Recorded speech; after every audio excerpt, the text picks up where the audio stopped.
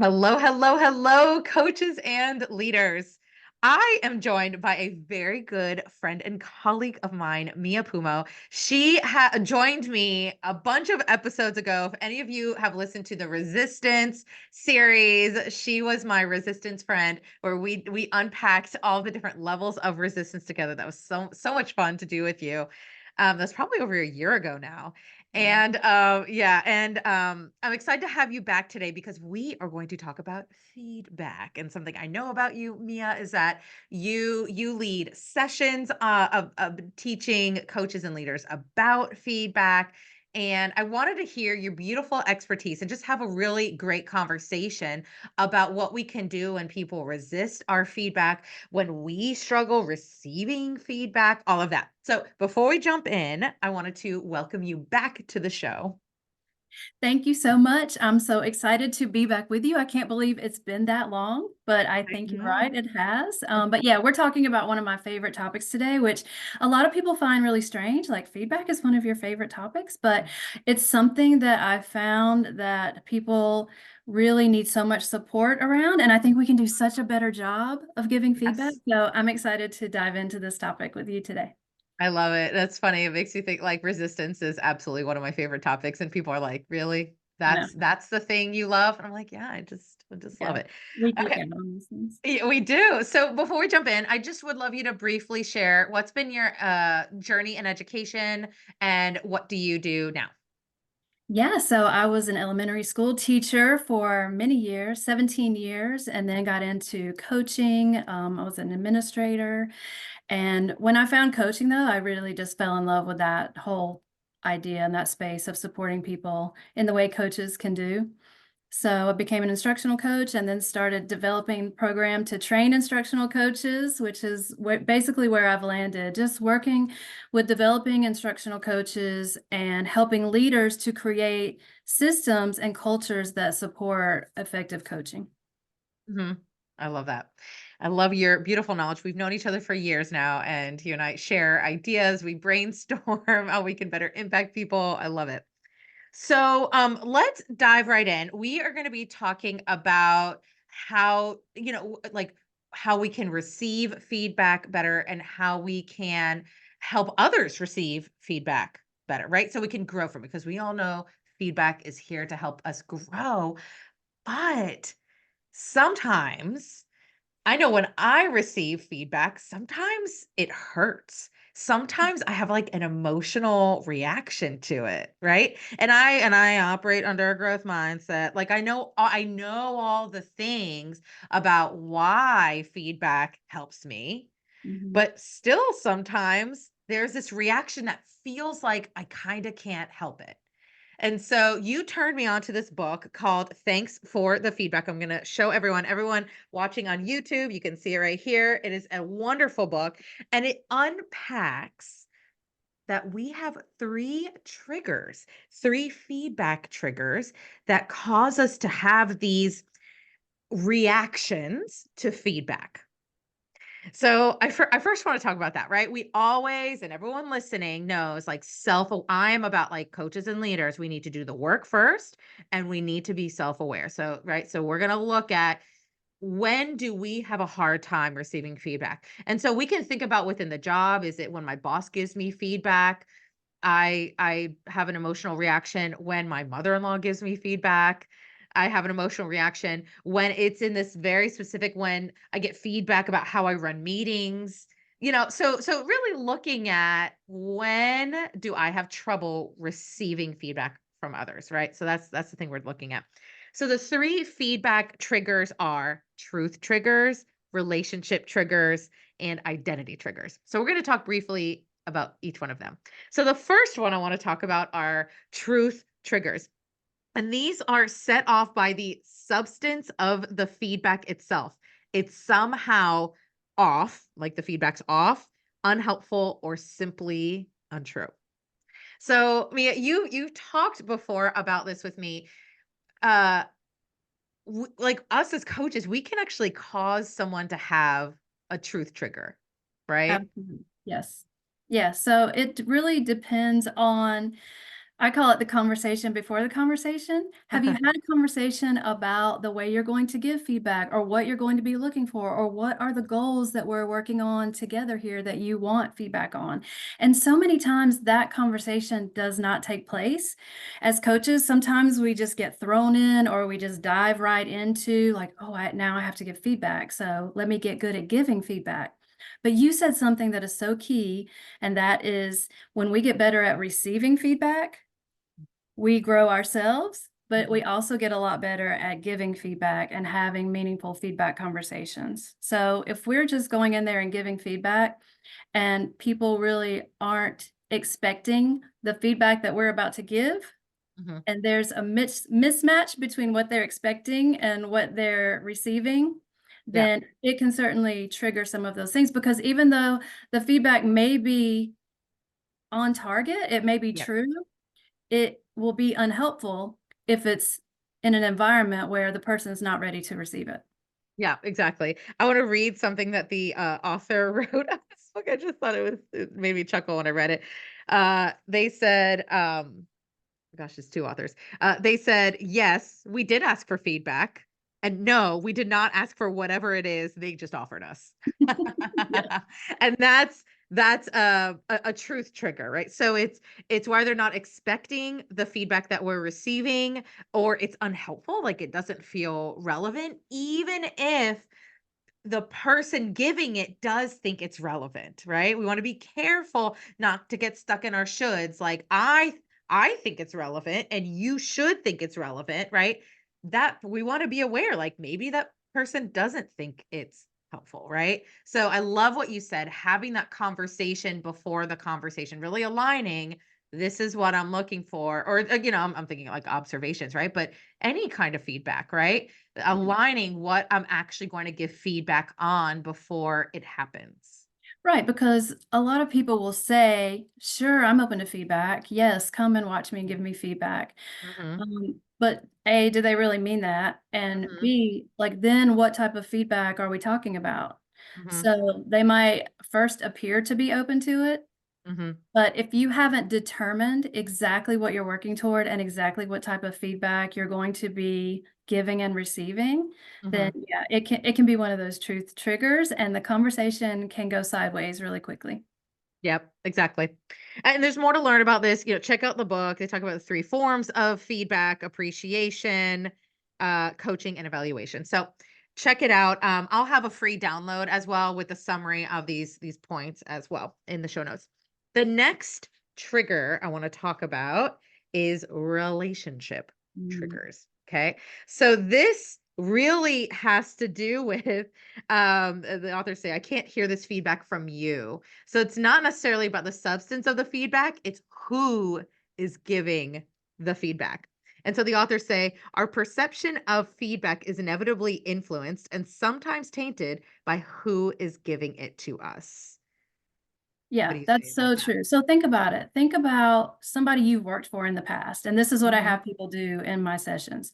Think about somebody you've worked for in the past that you did not have the best relationship with, or there was some breakdown in the level of trust for some reason. mhm, And you think about that person giving you feedback, mhm, somebody that you don't fully trust. mhm, If today they said, "Hey, I'm gonna come and spend the day with you, and I'm just gonna shadow and watch you do your job, and then at the end of the day, I'm gonna give you some feedback," like, how excited would you be mhm, about that person, right? But when you think about on the flip side of that, somebody that you've worked for in the past, and I hope everybody has one of these in their brain, that you had a high level of trust, mhm, that you respected them because of what they said, what they did, the things that they brought to their leadership position. If you think about that person in your life and inviting them to spend a day with you now and giving you feedback, you would say, yes, absolutely, because you would value what they had to say. So the mhm, person and the relationship mhm. absolutely matter when it comes to being open to the feedback that they're giving. Yeah, I love that. And disentangling the what from the who. So it's what they're saying from who is saying it. And so that's, you really reinforce like the need to build trust and have, you know, a trusting relationship with someone before giving them feedback, because it could really be ineffective and actually damaging to give feedback before trust is there. I recently was leading a workshop, and a coach raised her hand and she said, I have a teacher that I've been giving feedback to him all year, and he just says he doesn't want to do it. He doesn't want to do it. He has all these reasons why he doesn't want to do it. And I said to her, I said, does he trust you? And she just stopped. And she was like, I mean, like silent, dead silent. Mhm. And she's like, I don't think so. I'm like, okay, then that's stop giving him feedback. Yeah, That's like, I "Oh, think stop. so many people Build don't trust." really, understand that strong Mhm. relationship between trust Yeah. and feedback. Yeah. There's such a strong connection Mhm. there, and Mhm. if there's any breakdown in trust, the Mhm. feedback to them is just going to be meaningless. Exactly. Exactly. All right, let's go to the third trigger. The third trigger I find so interesting, the identity trigger. So Mhm. this is where the feedback feels threatening and it actually makes someone feel off balance. I'm going to read from the book here. Identity is the story we tell ourselves about who we are and what the future holds for us. And when critical feedback is incoming, that story feels under attack. Mhm. Yeah, so feedback can trigger our threat response. Yep. So if and again, it depends on like the system that you're working within. Mhm. Have you had the conversation before the conversation? Are there systems in place where you know when to expect feedback, what type of feedback, what are the habits, what are the routines of Mhm. feedback that we have with Mhm. our staff within our building?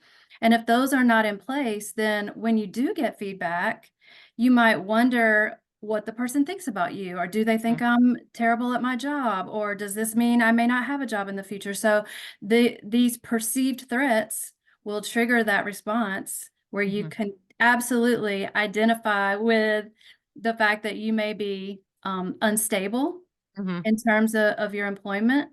Mhm. And then what kind of reaction do you have to the feedback? I mean, how motivating is that? Mhm. Because feedback ultimately, it can be motivating, it can be Mhm. invigorating, it Mhm. can help us to grow, and when we see that growth, it's Mhm. exciting, and it Yeah. actually makes us want more feedback. Mhm. But when it triggers the threat response, the opposite takes place, and you have people that not only resist the feedback and don't change anything, but people can actually shut down and Mhm. end up performing worse Worse. than Mhm. they were before the feedback. Yep. So I was coaching a school leader very recently, and he was like, Becca, I don't understand why I have this extreme, irrational response. And it's like actually when parents are critical of what's Mhm. happening in the school. So Okay. it's not even directly to him, but it Mhm. was just when it was critical of what's happening in the school, and through our conversation, he realized he was taking it personally because there was a piece of his identity that felt threatened, right? And so when we're talking about this, I want to just kind of name this. Every human has a version of not being good enough. I'm not Mhm. good enough. Right. So every human I know, when I'm talking to a group of anyone, people, living, breathing people, uh, everyone has some version of not being a good enough. And so I'm not smart enough. I'm not attractive enough. I'm not whatever enough, right? Successful enough. So if someone gives us feedback that kind of pokes at that not being enough, if we have not done the work to identify it, Mhm. and I mean, heal it, whatever we want to call it, like actually have that not impact us. If it's just a blind spot, it's like there, but we can't see it. It's an unconscious incompetence from another episode. It it a piece of feedback could poke at that, and that's where that identity trigger could come in. So you may not be able to see, you may say, "Oh, it's poking at something and I don't know what it is even," but it Mhm. could be identity trigger.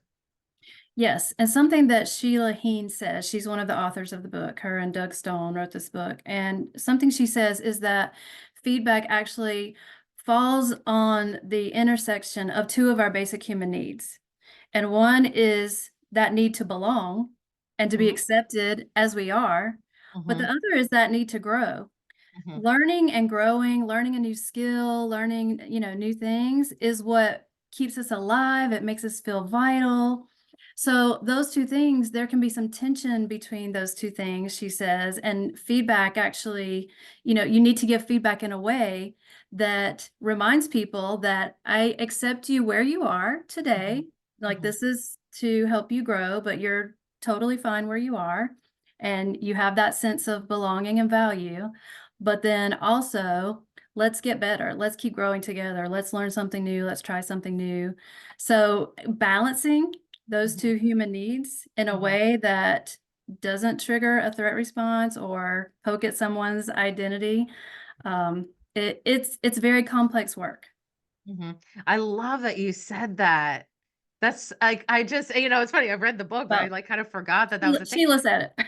Yeah, I know. It's really okay. So the human needs are the need to belong and to grow, right? And so, uh, I'm like kind of processing that myself in terms of if someone doesn't feel like trust has to do with the belonging clearly, right? That belonging piece. If Right. someone doesn't feel they belong, if they feel unsafe in this moment, um, Right. it will supersede their other need to grow and learn because now they're in survival mode. Right.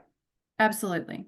And that's why the systems that we put in place, I feel like are so important. And that's why I love working with school leaders in terms of how do we develop these systems where Mhm. people feel safe Mhm. within you create that safe space Yep. where, we know where you are. Everybody's in a Mhm. different place in their Mhm. journey of learning how to do this job and do it well. Mhm. But feedback is part of our culture. It's part of the process. And these are the ways that you're going to get feedback. You will also have opportunities to give feedback because it's definitely a two-way street. And when people understand that and they get used to that, they're like, oh, okay. Now I can operate and I can take risks Mhm. and I can be receptive to your feedback because we've created this safe space where we have a clear understanding and we have similar expectations as to what's going to happen. And there's mutual engagement. Yeah. So, and one of the things you and I were talking about earlier was about human-centered coaching versus task-centered coaching. And like, this is another reason why if we just go in and we're like, I hear this all the time. I'm being professional, right? I have this teacher that's resisting my coaching and I'm being professional. I send her professional emails and I'm stopping by professionally, right? And look, yes, be professional, but sometimes think we cloak um being like super task oriented and ignoring the need to build a relationship and trust, but and calling it being professional.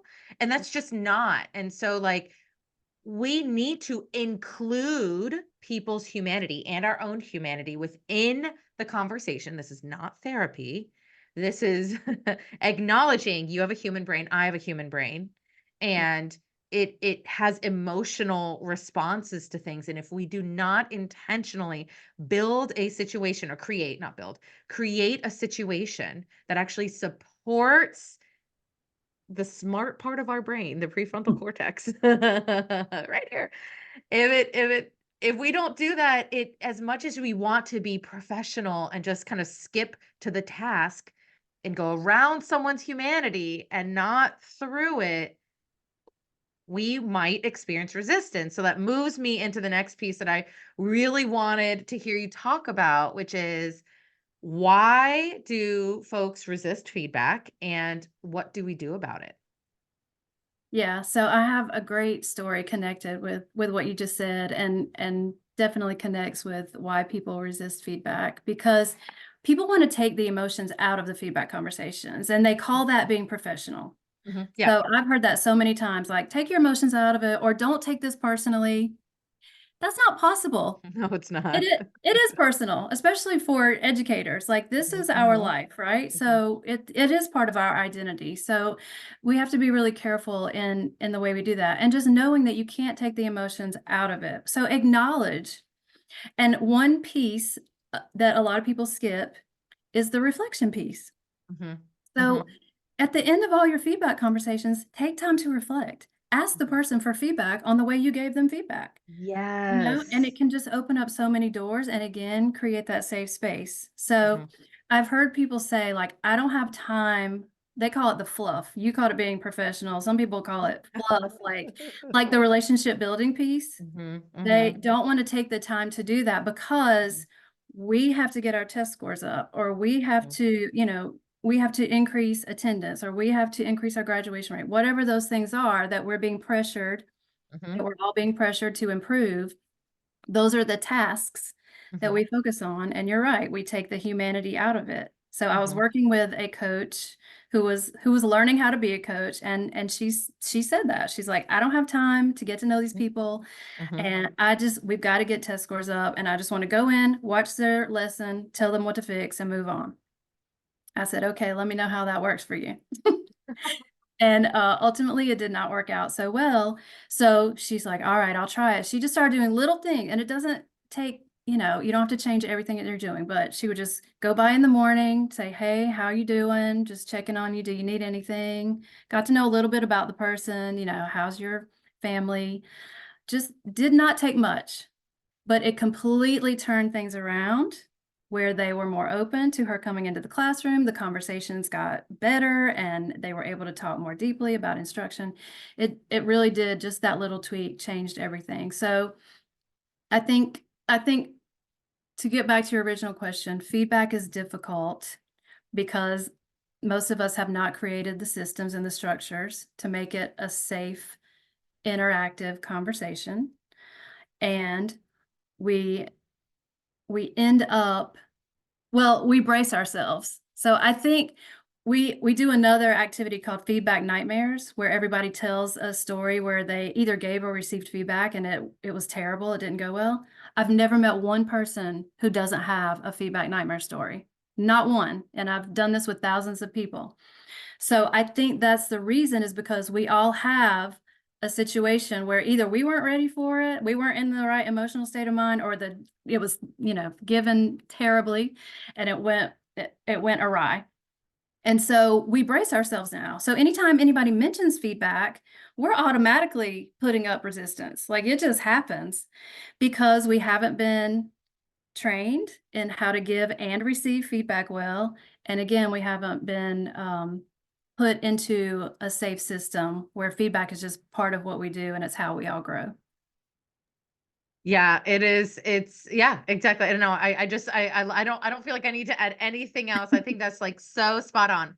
So, what are your thoughts about like what can people walk away with? What would you share with the listeners today that they could walk away with to actually help with those folks they're wanting to give feedback to, and it's not helping. They might be experiencing some resistance. The first thing I would say is start having conversations about feedback before you start giving any feedback. Let's just talk about it. Let's just get some of these things out in the open. Let's share our feedback nightmares. Let's talk about the emotions that are connected with feedback.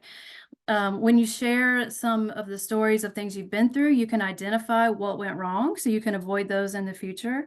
So I would say just start the conversation with the people that you're working with and say, let's talk about this. Let's talk about why it's uncomfortable. And then together, let's co create the feedback system that we want to make it effective for us. Because if it's not effective, you're wasting a lot of time. And we give a lot of feedback in education. We have a lot of observations. We have evaluation systems. But if you ask most people, they would say, I don't grow a lot from those interactions. So I feel like we're wasting a lot of time. And as educators, we don't have a lot of time to waste. So start talking about feedback. Just have some open, honest conversations about it. And then start thinking about what are some systems we can put in place to make this more comfortable for everybody. What are we going to give feedback on? What are we looking for? How do we want to grow as a school, and how do we want to grow as individuals? And let's talk about those specific goals Mhm. and what we're looking for in working toward those specific goals, and then we're all on the same page. Yeah. No, I love that. I think that's great. I think also like the coaches and leaders listening, go first. You ask for feedback. Oh, Hey, how do you feel? How do you can I'd love feedback on this feedback conversation. Can you give me feedback? Yes, like sit in the discomfort of it. I have definitely asked for feedback and felt uncomfortable with it. And I've said this now multiple times in multiple episodes, and I'm just going to say it again. Discomfort does not mean it's unsafe. mm, mm, Okay. I mean, it could be like we're on the precipice of like some major growth here. And so I really like when I at the end of many coaching conversations, I at the end of some podcast episodes, I've asked my guests, like when we stop recording, can you give me feedback as a host? Like, mm, how did I do? Any feedback that I could get better? And there's sometimes I ask and there's discomfort in my body. yeah. And I'm like, my core belief is that I grow from feedback. Mhm, And so I am not going to be stopped by whatever thoughts I have or fears I have about receiving any kind of critical feedback. mhm. It So, doesn't take the discomfort out of it 100%. It mm-mm, never will, mm-hmm, but you learn strategies to process so you mm-hmm, don't immediately go to the response of a complete resistance or shut down or, "Oh, I'm not gonna tell you what I really think, but I'm gonna go tell my best friend, and we're gonna talk mm-hmm, about," that so and then you create that toxic culture. But mm-hmm, you learn how to process, you learn how mm-hmm, to ask questions in the mm-hmm. discomfort until you get to a place of understanding. So you develop those skills to get through the discomfort so you can get to the other side, which is where the growth happens. And I love your idea. I think that is a great first step is let the leaders ask for feedback. I mean, we all need feedback on how we're doing in our role. Mhm. So asking for it first really Yeah. opens that door that then people will be more open to receiving it in the future. Yeah. Yeah. And the only way to create sustained change is to start from the top down. Leaders, Mhm. coaches, you have to go first. Yeah. And I'd say the last piece that I would say in terms of improving people being willing to receive feedback is learn how to intentionally build trust. And we've just, got to, like Mia, you and I are huge fans of The Speed of Trust by Stephen M. R. Covey. Like, learn how to build trust, whether it's like taking a workshop or something, get a book, learn how to intentionally build trust. So I'd say like that's the last piece I would leave folks with. If trust is lacking and the resistance is a relationship trigger for the other person, right? Yeah. And I say this often, just because you trust you doesn't mean that they trust you. Right.